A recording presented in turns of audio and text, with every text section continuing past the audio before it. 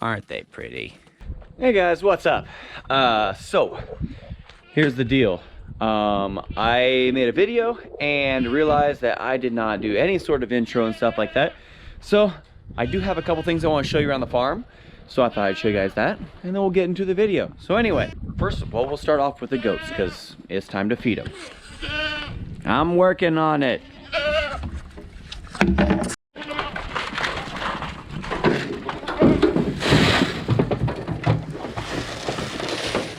All right. In case you can't tell, we got a big boy. Look at this. Look at this stud muffin here. Get out of the way, honey. So, neighbor, actually it's a friend of my dad's, has goats also. And he is letting me borrow his Billy because these goats should have kidded by now. I mean, technically they have like another 2 weeks before they would actually have to, but they don't look that big. I mean, come on. You don't look preggers. No one looks preggers. Which is really, really disappointing to me because that means I've wasted the last 5 months thinking that they were. Which about the last month I was like, yeah, probably not. So, we got Big Boy here. And he is supposed to be taking care of that end of things. Hopefully it all works. So, I'm not sure how long it takes for them to cycle and come into heat and all that stuff. But I'm pretty sure he'll figure it out. So hopefully in, 5.5 months, 5 to 6 months we'll say, we'll have baby goats. Unless we have a big fail like we did this year. But anyway, it'll be a whole lot nicer weather in 6 months for these guys, for these ladies to kid out compared to what it's been recently. Because, yeah, it's been kind of cold. I haven't gathered eggs in a while. Can you tell? It's actually been like 4 days, 5 days. Either way, I need to go get a bucket or something because I kind of put that off. So let me go get that. Well, I didn't get a bucket, I got a flat. And we got 27 eggs. Yeah, maybe I shouldn't wait 5 days to gather. But anyway, it's been plenty cold. They're obviously still good. But get these in the house, get them cleaned up. But anyway, let's go look at some other stuff. All right, and while I am here, I want to show you a couple things here in the pigeon loft. If you guys didn't see the new pigeons that I got, I'm gonna show them to you. And I asked you guys to name them. And they just sound like jets around here. Listen to them.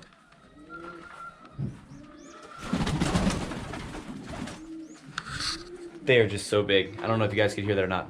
And since we have this 70s theme going on here, you know, we got old Red here. Red. And Mary has important news for you guys though. And then in the other side with the frizzles, we have Bob and Midge. And a bunch of you, I mean a bunch, want Eric and Donna.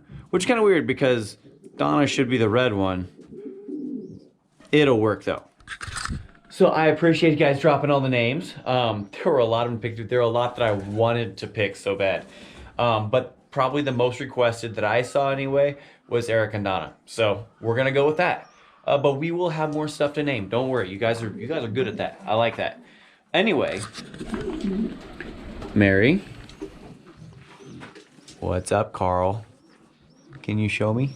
Look, there's a little baby. Ow.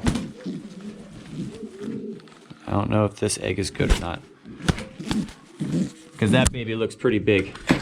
That baby looks pretty big for that egg to be any good. So I'm guessing we got a single. I don't know what happened with the other egg, but yeah. Alright, your turn. Go make more babies. You too. Anyway, that's what I wanted to show you guys in here. And yeah. Now let's get on with the video. Alright, so I'm out here checking traps. I haven't caught much, honestly, in the last about week. And I just posted that bobcat trapping video, which is probably been a few videos back for you guys. I stacked a couple of videos up here, so it's been about a week since I've actually caught something. I mean, I caught a possum or two, but nothing really, really good. And I don't have much season left. I am going to go through, take the conibear buckets and make sure that all the triggers are set right, make sure all the springs are set right, make sure I don't have any latches on wrong. stuff like that. Make sure that, you know, they're all fresh lured, stuff like that, and make sure that they look good. Then I asked you guys for a bunch of tips on snaring, and there's a few things I'm kind of curious about trying and stuff like that. Someone said something about taking some lure and putting it around in the area. All my snares are just where they're crossing underneath fences, and so I'm guessing they're crossing just a little bit further up where it's easy and they don't have to worry about it. But I want to go put some lure down there because it seems like a good idea. If I wanted to go through there, maybe give them a reason to go through there. So I'm gonna go through, make sure my snares and conibear buckets are all good. The first one I'm going to is where I caught the bobcat. So I figured might as well start there and start luring stuff up. All right, everything's set up good, but there's not much back there for attractant. I actually have a crow tail with me. It's actually part of a crow carcass. I shot the crow, it's been a little ways back, but anyway, I shot him with some double BB black cloud, and I was gonna catch clean cook him, and it just destroyed it. There was nothing left to eat, so I'm gonna make use of them in the trap line. So not everywhere are you allowed to use feathers, just so you guys know. Fur feathers, there's some states they say no, can't do that. Kansas isn't one of them, thank goodness. But what I'm gonna do is I'm gonna put a little bit of lure.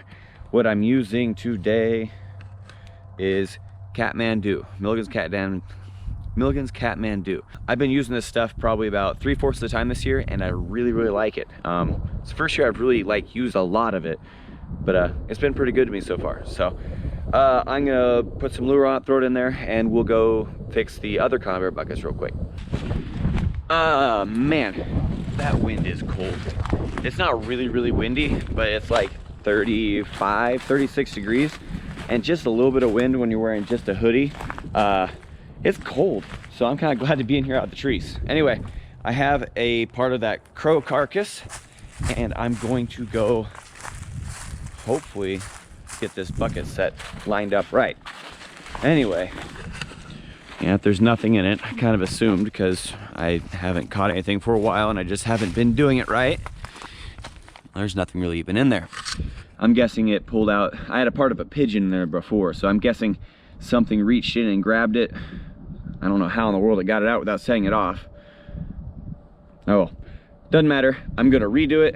This is just fresh enough. It should actually work pretty well for it. But get it relured. I'll go check out this other bucket. I'm gonna do the same thing. You guys, yeah, don't need to watch me do all of them, I guess. So anyway, I'm gonna do this. We're gonna go put some lure down there by the snares, and I don't know what we're gonna do next, but we'll find something to do anyway. Well, I wasn't going to show you this other bucket, but it looks like I'm gonna have to, because here is a prime example of why you always need to double check your traps. Let me show you. See this? I have a habit of going and setting the dog here on the trap. That way it doesn't go off accidentally while I'm getting it all squished in there. But this doesn't set it off if it's not set. You see, all of my conibears, I've squished these a little bit flat so they go off a little bit more on a hair trigger. And so I put this on here, that way I don't smack myself. It looks like I actually did. I have a habit also of forgetting to take the safeties off. So apparently I did that and forgot to actually set the trap.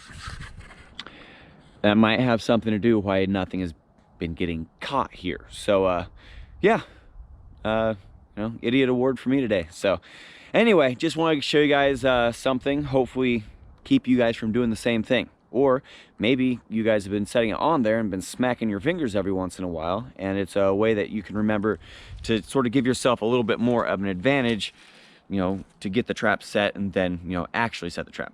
I thought I would show you guys like what I'm dealing with real quick so you guys can see.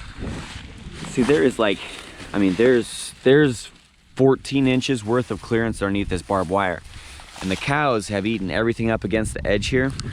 And so that's why I'm guessing animals are just, well, coyotes and bobcats and them, they're all just sort of slipping through wherever I don't have a snare. Because, I mean, it's like that the entire stretch here. Like I'm this whole line here, all the way down. And I mean, pretty much the entire way, they have plenty of space to cross. I went and put these streamers on here, thought maybe it would push them to one side or the other. Obviously it hasn't been working, but I got my lure and we're going to put some lure down here in a tree or something like that. I'm not sure what we're gonna do. So here's where my snare, this is where I caught that really, really big coyote, this snare right here. And so I assume this is the one they're using the most. It's the only time I've caught something in the snare. So I don't know, maybe on this branch here, put a little bit of lure? What's the worst that can happen? So anyway, I'm gonna do that.